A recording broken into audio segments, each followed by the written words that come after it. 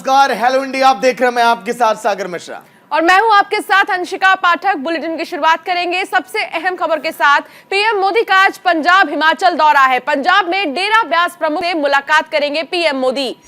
हिमाचल में चुनावी रैलियों को भी संबोधित करेंगे पीएम नरेंद्र मोदी। 2 दिन तक हिमाचल में रहने वाले पीएम की आज मंडी और सोलन में भी जनसभाएं हैं। हिमाचल विधानसभा चुनाव को लेकर राजनीतिक सरगर्मियां बढ़ चुकी हैं। हिमाचल की अगर हम बात करें तो देखिए, यहां पर 68 विधानसभा सीटें और हिमाचल चुनाव बेहद महत्वपूर्ण है, क्योंकि यहां पर अगर हम बात करें तो ट्रेंड है एक बार बीजेपी और एक बार कांग्रेस का। अंशिका, बिल्कुल, सत्ताधारी पार्टी बीजेपी और विपक्षी पार्टियां लगातार सूबे में चुनाव प्रचार कर रही हैं। दिग्गज नेता भी यहां पहुंच रहे हैं। इसी कड़ी में आज प्रधानमंत्री नरेंद्र मोदी हिमाचल प्रदेश के दौरे पर जा रहे हैं। उनका ये दौरा 2 दिन का होगा। आज दौरे के पहले दिन पीएम मोदी मंडी और सोलन में जनसभा को संबोधित करेंगे। हिमाचल जाने से पहले पीएम नरेंद्र मोदी पंजाब भी जाएंगे, जहां पर वो डेरा ब्यास के प्रमुख गुरिंदर ढिल्लों से मुलाकात करेंगे। पीएम मोदी हिमाचल जाने से पहले आदमपुर एयरबेस पर उतरेंगे, जहां पर वे डेरा ब्यास जाएंगे। पीएम मोदी इस दौरान डेरा ब्यास में राधा स्वामी सत्संग में भी जा सकते हैं। कुछ देर रुकने के बाद वो हिमाचल में रैली को संबोधित करने के लिए रवाना होंगे। आला अधिकारी पीएम मोदी के दौरे को लेकर तैयारियों में भी जुटे हुए हैं। आपको बता दें कि हिमाचल की 68 विधानसभा सीटों पर 12 नवंबर को मतदान होना है।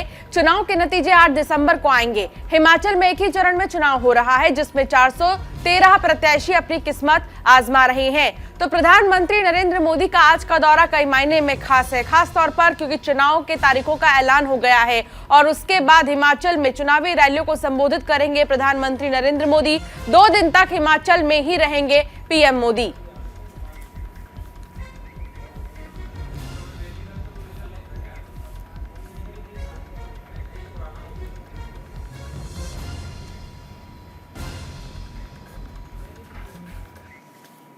तो चलिए, एक और बड़ी खबर, गुजरात विधानसभा चुनाव से जुड़ी बड़ी खबर। चुनाव के लिए कांग्रेस की पहली लिस्ट जारी कर दी गई है। 43 उम्मीदवारों के नाम शामिल हैं इस लिस्ट में। 7 सीटों पर महिला उम्मीदवारों को भी टिकट। तो वहीं केंद्रीय चुनाव समिति ने नामों पर मुहर भी लगा दी है। गुजरात में विधानसभा चुनाव की तारीख के ऐलान के बाद राजनीतिक सरगर्मी तेज हो गई है। राज्य में इस बार त्रिकोणीय मुकाबला होने की उम्मीद है। 27 सालों से देखिए, अगर हम बात करें तो गुजरात में बीजेपी की सरकार है। सत्ताधारी पार्टी बीजेपी को इस बार कांग्रेस के अलावा आम आदमी पार्टी से भी सीधी टक्कर मिलती नजर आ रही है।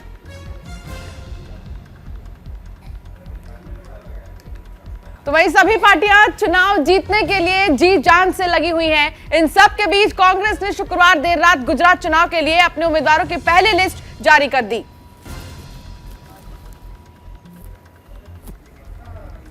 कांग्रेस की पहली सूची में 43 उम्मीदवारों के नाम है, जिसमें 7 महिला उम्मीदवार भी शामिल हैं। कांग्रेस की केंद्रीय चुनाव समिति ने गुजरात चुनाव के लिए उम्मीदवारों के नामों पर मुहर लगाई है। रिपोर्ट के मुताबिक पार्टी अध्यक्ष मल्लिकार्जुन खड़गे की अध्यक्षता में हुई बैठक में पूर्व अध्यक्ष सोनिया गांधी वर्चुअल रूप से जुड़ी। केंद्रीय चुनाव समिति के कई अन्य सदस्य भी पार्टी मुख्यालय में हुई इस बैठक में शामिल हुए। आपको बता दें कि गुजरात की कुल 182 विधानसभा सीटों में से लगभग 89 सीटों पर पहले चरण में 1 दिसंबर को चुनाव होना है, जबकि बाकी बची 93 सीटों पर 5 दिसंबर को वोट डाले जाएंगे। चुनाव के नतीजे 8 दिसंबर को आएंगे। पहली लिस्ट में 43 उम्मीदवारों के नाम शामिल।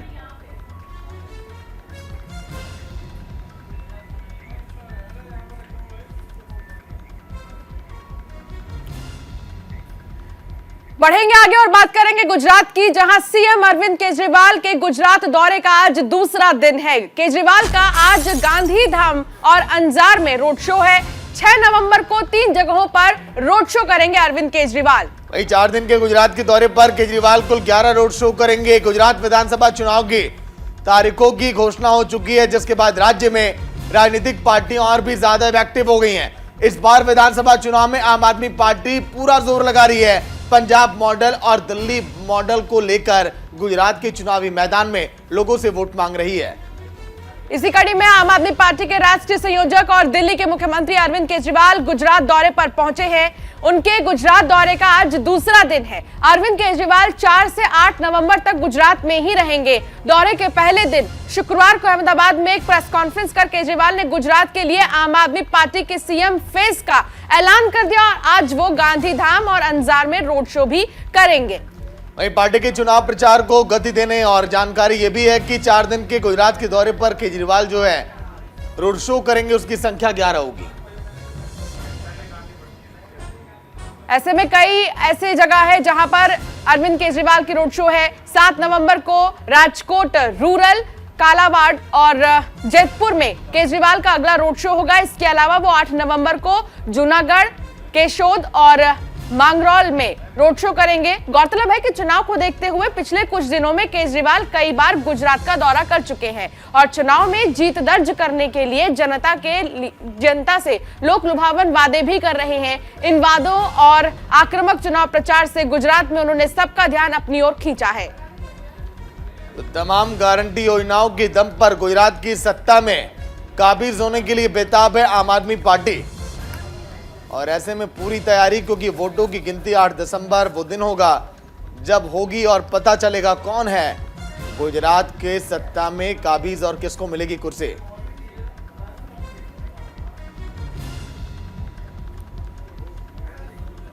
तो चलिए एक और बड़ी खबर, गुजरात चुनाव पर बीजेपी में बैठकों का दौर जारी है। सभी सीटों पर उम्मीदवारों के नामों पर मंथन किया जा रहा है। राज्य कोर कमेटी की बैठक का आज आखिरी दिन। तो वहीं गांधीनगर में होगी बीजेपी की बैठक। शाह और प्रदेश अध्यक्ष समेत कई नेता मौजूद रहेंगे। गुजरात विधानसभा चुनाव की तारीख की घोषणा हो गई है, जिसके बाद सभी पार्टियों का चुनाव प्रचार भी तेज हो गया है। इस बीच राज्य की सत्ता में आसीन बीजेपी की बैठकों का दौर जारी है। पार्टी चरणबद्ध तरीके से राज्य की सभी 182 विधानसभा सीटों के उम्मीदवारों पर मंथन कर रही है। वहीं बीजेपी की अगर बात करें तो लगातार जो बैठकों का दौर जारी है कि किस सीट से किस प्रत्याशी को टिकट दिया जाए, कौन बेहतर यहां पर परिणाम निकाल कर ला सकता है, किसके पक्ष में जनता है। तो रायशुमारी के बाद, बैठकों के दौर के बाद और मंथन से क्या निकलेगा, फिर दिया जाएगा टिकट उस चेहरे को जो होगा बेहतर उस विधानसभा में। बैठक में आज भी केंद्रीय गृह मंत्री अमित शाह के साथ प्रदेश बीजेपी अध्यक्ष सीआर पाटिल, पुरुषोत्तम रुपाला और केंद्रीय स्वास्थ्य मंत्री मनसुख मंडाविया समेत कई बड़े नेता मौजूद होंगे। 13 जिलों की 47 सीटों पर मंथन के बाद आज 10 जिलों की 77 सीटों पर पर्यवेक्षकों से चर्चा होगी। इसके बाद राज्य संसदीय बोर्ड की बैठक में प्रत्येक सीट के लिए 3-3 उम्मीदवारों के पैनल बनाए जाएंगे। वहीं फिर इस पैनल के साथ रिपोर्ट भी दिल्ली भेजी जाएगी, जहां पर बीजेपी की केंद्रीय संसदीय बोर्ड की बैठक में उम्मीदवारों की सूची को अंतिम रूप दिया जाएगा। सूत्रों की माने तो बीजेपी पहले चरण के चुनाव के लिए नामांकन पत्र दाखिल करने से 1 या 2 दिन पहले दिल्ली में उम्मीदवारों के नामों की घोषणा करेगी। तो बहुत जल्द बीजेपी की तरफ से भी लिस्ट जारी किया जाएगा। हालांकि अभी मंथन जारी है, बैठकों का दौर जारी है। तीसरा दिन है बैठक का और आखिरी दिन इसे कहा जा रहा है, क्योंकि इसमें यह निर्णय ले लिया जाएगा कि कहां से किस प्रत्याशी को मैदान में उतारना है। अमित शाह और प्रदेश अध्यक्ष सीआर पाटिल दोनों ही मिलकर लगातार मंथन कर रहे हैं। हालांकि कुछ समय पहले जेपी नड्डा को भी देखा गया था मंथन करते हुए बीजेपी के प्रत्याशियों को लेकर, लेकिन क्योंकि तारीखों का ऐलान हो गया है, ज्यादा वक्त नहीं बचा है और जल्द कहा जा सकता है कि कभी भी बीजेपी अपने प्रत्याशियों की लिस्ट की घोषणा कर सकती है। तो गुजरात चुनाव पर लगातार बैठकों का दौर जारी है। सभी सीटों पर उम्मीदवारों के नामों को लेकर मंथन भी हो रहा है। तो हिमाचल में आज जारी होगा कांग्रेस का घोषणा पत्र। सीएम भूपेश बघेल और सचिन पायलट जारी करेंगे घोषणा पत्र। शिमला में प्रदेश कांग्रेस कार्यालय में होगा कार्यक्रम।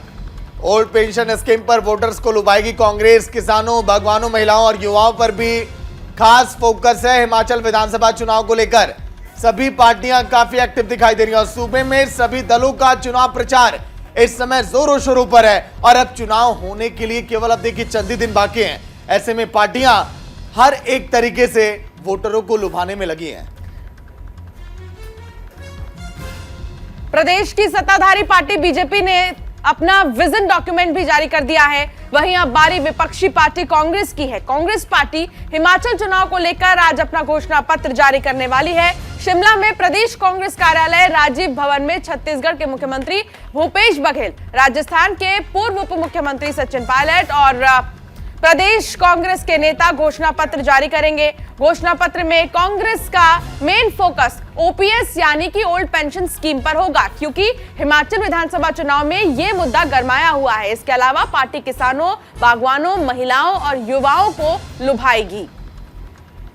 नए सूत्रों को ये भी माने तो कांग्रेस के द्वारा 10 गारंटियों को फिर से दोहराया जाएगा। प्रदेश कांग्रेस के वरिष्ठ नेता और विधायक कर्नल धनीराम शांडिल को घोषणा पत्र कमेटी का अध्यक्ष भी बनाया गया है, जिन्होंने सभी नेताओं और समाज के विभिन्न वर्गों से बातचीत करने के बाद घोषणा पत्र तैयार किया है। और अब कांग्रेस हिमाचल की जनता को घोषणा पत्र के माध्यम से आगामी 5 सालों में किए जाने वाले कार्यों का ब्यौरा देगी।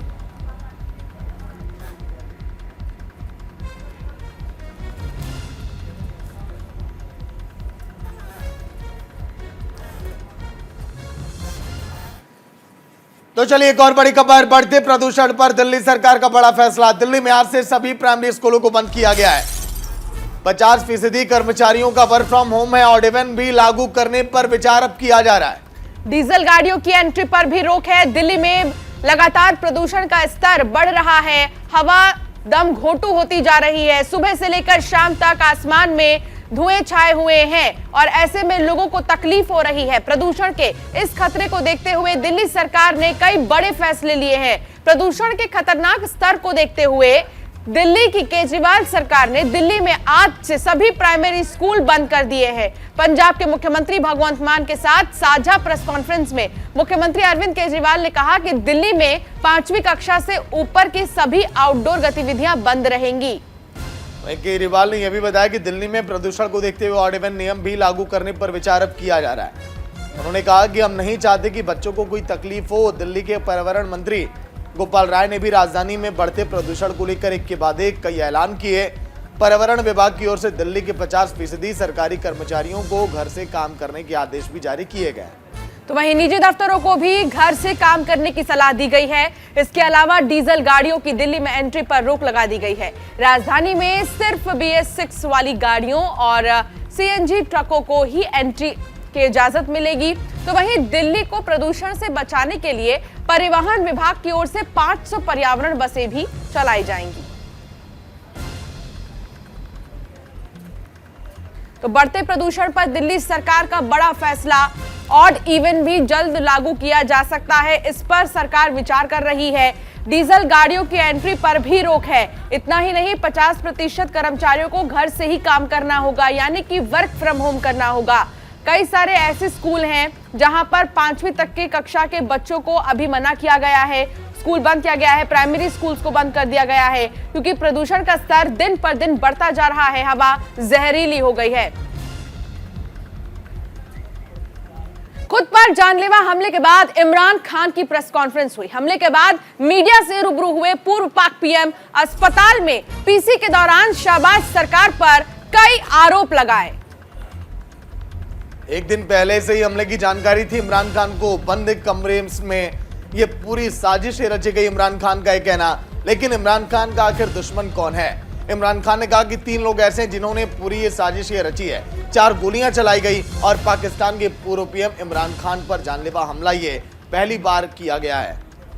पाकिस्तान के पंजाब प्रांत के वजीराबाद में गुरुवार को हकीकी आजादी रैली में हमले में घायल इमरान खान ने शुक्रवार को लाहौर के अस्पताल से मीडिया कर्मियों को संबोधित किया। उन्होंने अस्पताल में आयोजित प्रेस कॉन्फ्रेंस के दौरान कहा कि उन्हें पहले से ही इस हमले की जानकारी थी। उन्हें हमले की साजिश के बारे में पहले से पता था।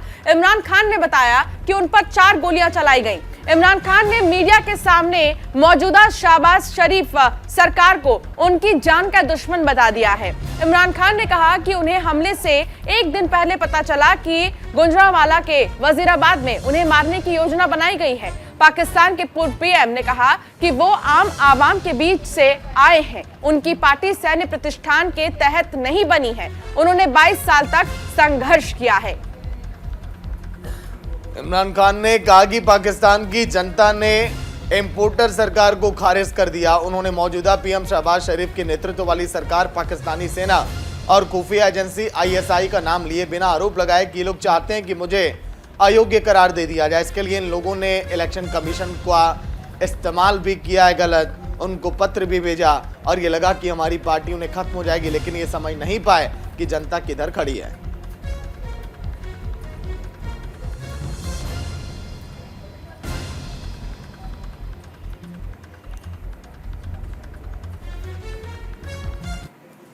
तो चलिए हेलो इंडिया में एक और बड़ी खबर। हिंद महासागर में चीन की चालबाजी, भारत के आगामी मिसाइल टेस्ट से अब ड्रैगन अब डर गया है। रक्षा सूत्रों के हवाले से बड़ी खबर, भारत के मिसाइल टेस्ट से पहले जासूसी जहाज भी भेजा गया है। तो वहीं चीन के जासूसी जहाज पर भारत की पैनी नजर है। समुद्र में चीन की चालबाजी एक और मामला सामने आया है। इस बार चीन ने हिंद महासागर में अपना जासूसी जहाज भेजा है, वहीं जिस पर भारत की पैनी नजर है। रक्षा सूत्रों ने यह भी कहा कि भारतीय नौसेना हिंद महासागर क्षेत्र में प्रवेश करने के बाद से चीन से इस जासूसी जहाज की आवाजाही की बारीकी से निगरानी कर रही है। बताया भी जा रहा है कि चीन ने भारतीय मिसाइल की जासूसी के लिए पोत यहां पर भेजा। दरअसल ड्रैगन की इस चालबाजी का कारण भारत के द्वारा आगामी दिनों में मिसाइल टेस्ट करना है, जिससे पहले ही दिन ने चीन ने जता दिया कि हिंद महासागर में रिसर्च शिप भेज दिया गया है।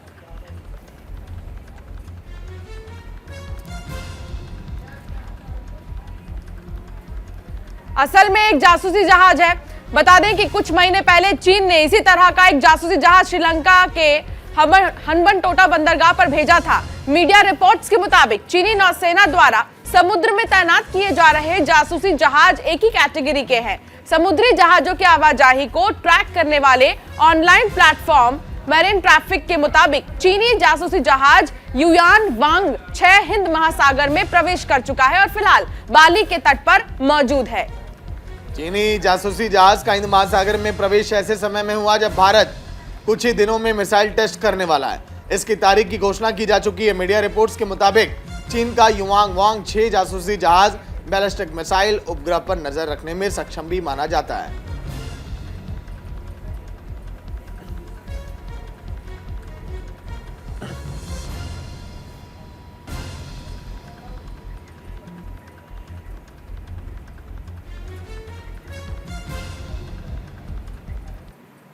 तो वहीं शिवलिंग कार्बन डेटिंग परीक्षण याचिका स्वीकार कर ली गई है। इलाहाबाद हाईकोर्ट ने स्वीकार की है याचिका। जिला न्यायालय ने खारिज कर दी थी याचिका। हिंदू पक्ष की याचिका पर सुनवाई हुई। वहीं राज्य सरकार और एएसआई को नोटिस भी जारी किया गया। इंतजामिया कमेटी को नोटिस है जारी। 21 नवंबर को अब अगली सुनवाई अब होगी। वाराणसी के ज्ञानवापी मस्जिद परिसर के अंदर मिले शिवलिंग की वैज्ञानिक जांच की मांग वाली हिंदू पक्ष की याचिका को इलाहाबाद हाईकोर्ट ने स्वीकार कर लिया है। जिला न्यायालय द्वारा खारिज किए जाने के आदेश को इलाहाबाद हाईकोर्ट में चुनौती दी गई थी, जिसके बाद हाईकोर्ट ने हिंदू पक्ष की याचिका पर सुनवाई करते हुए राज्य सरकार और एएसआई को नोटिस जारी कर जवाब मांगा है। वहीं ज्ञानवापी परिसर में मिले शिवलिंग जैसे आकार की कार्बन डेटिंग का मामला इलाहाबाद हाईकोर्ट ने स्वीकार करते हुए इंतजामिया कमेटी सहित अन्य पक्षकारों को नोटिस अब जारी किया है। हाईकोर्ट ने अगली सुनवाई के लिए 21 नवंबर की तारीख अब तय की है। यह आदेश जस्टिस जे मुनीर ने लक्ष्मी देवी और अन्य की निगरानी याचिका पर सुनवाई करते हुए दिया है। इस याचिका पर अधिवक्ता हरिशंकर जैन ने बहस भी की है। हालांकि चुनौती दी गई थी जिला कोर्ट के फैसले को, जिसके बाद अब मामला हाईकोर्ट में गया। हाईकोर्ट में याचिका दायर की गई और इस याचिका को स्वीकार कर लिया इलाहाबाद हाईकोर्ट ने।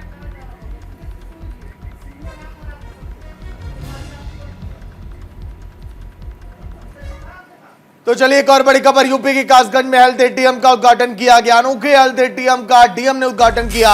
एटीएम के जरिए 32 प्रकार की स्वास्थ्य जांच। योगी सरकार में ब्लॉक स्तर तक हेल्थ एटीएम की सुविधा पहुंचाई जा रही है।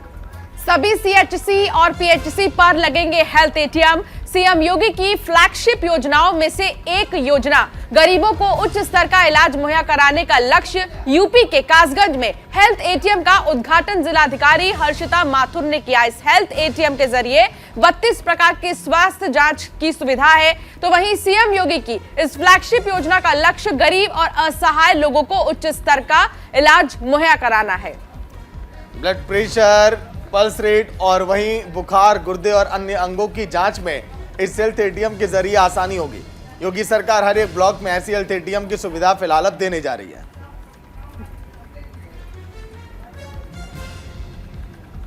उनकी शीर्ष प्राथमिकताओं में एक है और समस्त जनपद के जितने भी हमारे सातों ब्लॉकों के सीएचसी पीएचसी हैं उन सभी पर हम लोगों के द्वारा विभिन्न तरीके से फंडिंग करके और सहयोग प्राप्त करके हेल्थ एटीएम स्थापित किए जा रहे हैं। इन हेल्थ एटीएम्स को स्थापित करने का मुख्य उद्देश्य ये है कि जो हमारे आने वाले पेशेंट्स होते हैं उनकी जो बेसिक जांचें होती हैं, जिसमें कि बीपी है, हाइट है, ईसीजी के कुछ केसेस हैं और भी ब्लड से संबंधित जांचें हैं, कई सारी जांचें हैं, साथ में टेलीमेडिसिन और काफ़ी सारी आधुनिक चीज़ों को इसमें जोड़ते हुए एक हेल्थ एटीएम के रूप में तैयार किया गया है। इसका उद्देश्य है कि त्वरित जो पेशेंट हैं उनको बिना किसी परेशानी के जांच हो जाए और उसकी जांच रिपोर्ट उनको उसी समय प्राप्त हो जाए। इसमें व्हाट्सएप के माध्यम से भी जांच रिपोर्ट उस पेशेंट को दे दी जाएगी। इस हेल्थ एटीएम से कई सारी सुविधाएं जो हैं वो तमाम मरीजों को प्राप्त होंगी और इतना ही नहीं, मुख्यमंत्री योगी आदित्यनाथ ने आदेश दिए हैं कि सीएचसी और पीएचसी हर जगह पर यह हेल्थ एटीएम लगाया जाए।